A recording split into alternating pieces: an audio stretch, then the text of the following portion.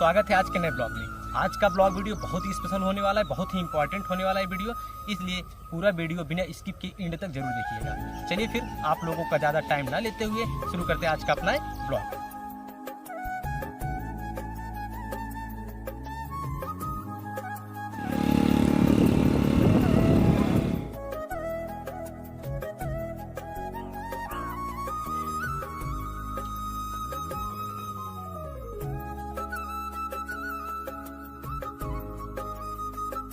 जौनपुर की शान में बातें तो कई हैं, लेकिन एक नदी इसके दिल में है बसती, जिसका नाम सई है।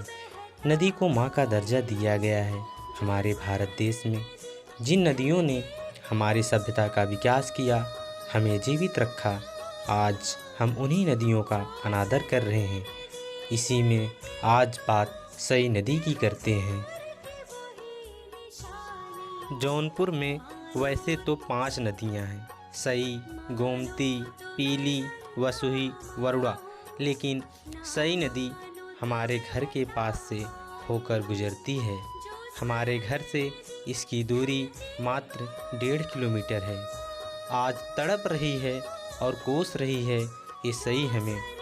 सई का शीतल जल अपने अस्तित्व की लड़ाई में जल रहा है। ये चीखें आपको भी सुनाई देंगी कभी। बस कभी सई के तट पर बैठकर इसकी दशा के बारे में विचार कीजिए।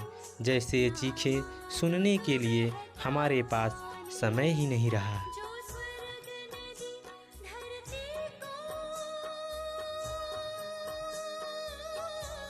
सई नदी भारत के उत्तर प्रदेश राज्य में बहने वाली एक नदी है। यह गोमती नदी की एक उपनदी है। सई नदी हरदोई के जनपद के बिजवान झील से निकलती है। सई नदी हरदोई, उन्नाव, लखनऊ, रायबरेली, प्रतापगढ़ और जौनपुर जनपद से होकर गुजरती है। इसकी प्रमुख सहायक नदी बकुलाही नदी है, जो कि उत्तर प्रदेश, रायबरेली, प्रतापगढ़ व इलाहाबाद में बहती है।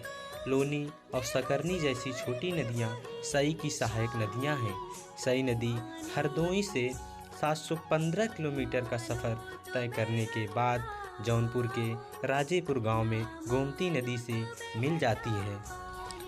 यह स्थान त्रिमुहानी के नाम से जाना जाता है।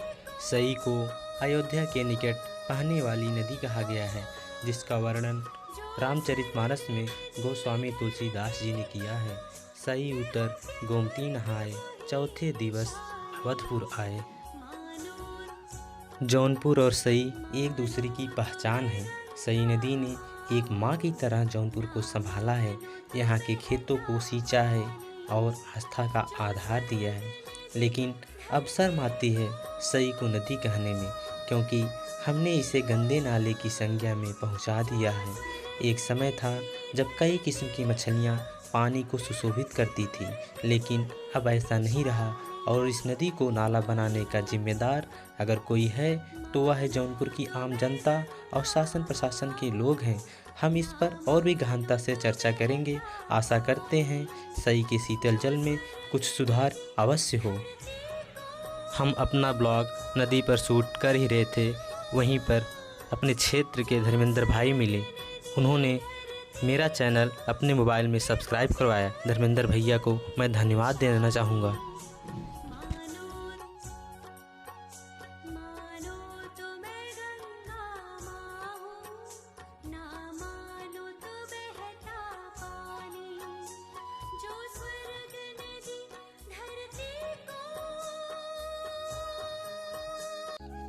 फाइनली गाइज, हम लोग नदी के उस पार पहुँच गए। नदी के उस पार भगवान शिव का एक बहुत ही प्राचीन मंदिर है। चलिए भगवान शिव का हम दर्शन करते हैं और आप लोगों से भी भगवान शिव का दर्शन करवाते हैं। यहाँ यह बात ध्यान रखने की है कि वेद कहते हैं कि ईश्वर अजन्मा है। यहाँ हम ईश्वर की बात नहीं करेंगे, देव के देव महादेव की बात करेंगे, जो सबसे ज़्यादा ईश्वर तुल्य हैं। हिंदू धर्म मानता है कि ईश्वर ने कुछ भी नहीं की बनाया, उसकी उपस्थिति से सब कुछ स्वतः ही बनता है। ईश्वर समय और आकाश की तरह है जिसके भीतर सब कुछ है, फिर भी वह सबसे बाहर और उसके भीतर कुछ भी नहीं है। ब्रह्मा, विष्णु और शिव का जन्म एक रहस्य है। तीनों के जन्म की कथाएं वेद और पुराणों में अलग अलग हैं। उनके अलग अलग होने का यह कारण यह है कि जो शिव को मानते हैं वे शिव को ही केंद्र में रखकर अपना दर्शन गढ़ते हैं, और जो विष्णु को मानते हैं वे विष्णु को केंद्र में रखते हैं। लेकिन सभी पुराण इस बात पर तो सहमत हैं कि शिव ने ब्रह्मा के पुत्र दक्ष की पुत्री सती और विष्णु ने ब्रह्मा के पुत्र भृगु की पुत्री लक्ष्मी से विवाह किया। ऐसे में सभी समय की सभी तरह की अलंकारिक और श्रृंगारिक कथाओं के रहस्य को समझना जरूरी है। आज से 15 से 20 हजार वर्ष पूर्व वराह काल की शुरुआत में जब देवी देवताओं ने धरती पर कदम रखे थे, तब उस काल में धरती हिमयुग की चपेट में थी।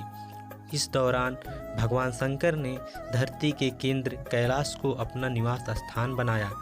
विष्णु ने समुद्र को और ब्रह्मा ने नदी के किनारे को अपना स्थान बनाया था। पुराण कहते हैं कि जहाँ पर शिव विराजमान है उस पर्वत के ठीक नीचे पाताल लोक है, जो भगवान विष्णु का स्थान है।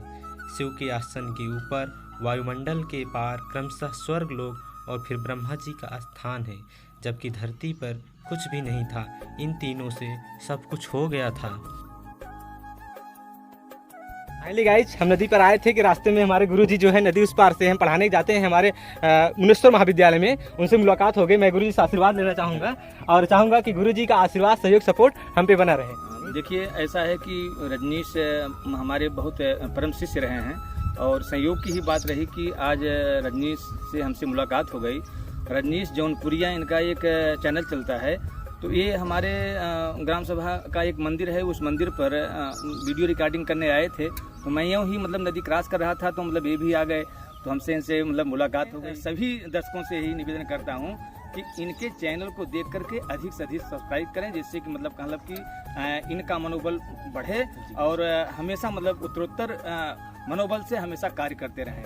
तो मैं रजनीश जौनपुरिया को बहुत बहुत धन्यवाद देता हूं कि ये अपने भविष्य को लेकर के जिस ढंग से ये कार्य कर रहे हैं ऐसे ही कार्य करें, जिससे कि अधिक से अधिक दर्शक, अधिक से अधिक लोग देख करके इनकी प्रशंसा करें, और मैं भी इनको बार बार आशीर्वाद और धन्यवाद देता हूँ। देखिए, हम लोग सही नदी पे ही हैं, बीच में नाव पे है। मेरा एक्सिस आशीष निषाद मिला है मुझे, तो मैं आशीष से पूछूंगा, भाई कहाँ पे जा रहे हो आप? सर, मैं पढ़ने जा रहा हूँ। कहाँ पे पढ़ते हो आप? RVS महाविद्यालय गौतमपुर महाराजगंज। अच्छा, किस क्लास में हो? क्या चल रहा है पढ़ाई में? Bachelor of pharmacy. अच्छा, बैचलर ऑफ फार्मेसी से। आपका नाम? दीपक कुमार निषाद। दीपक, आप भी जा रहे हो फार्मेसी कर रहे हो? फर्स्ट ईयर ही है? First year. चलिए ठीक है, मैं भगवान से प्रे करूंगा कि इन बच्चों को बहुत आगे बढ़ाएं और इनकी हर मनोकामना को पूर्ण करें। मानो तो मैं गंगा माँ हूँ, ना मानो तो बहता पानी, जो स्वर्ग ने दी धरती को,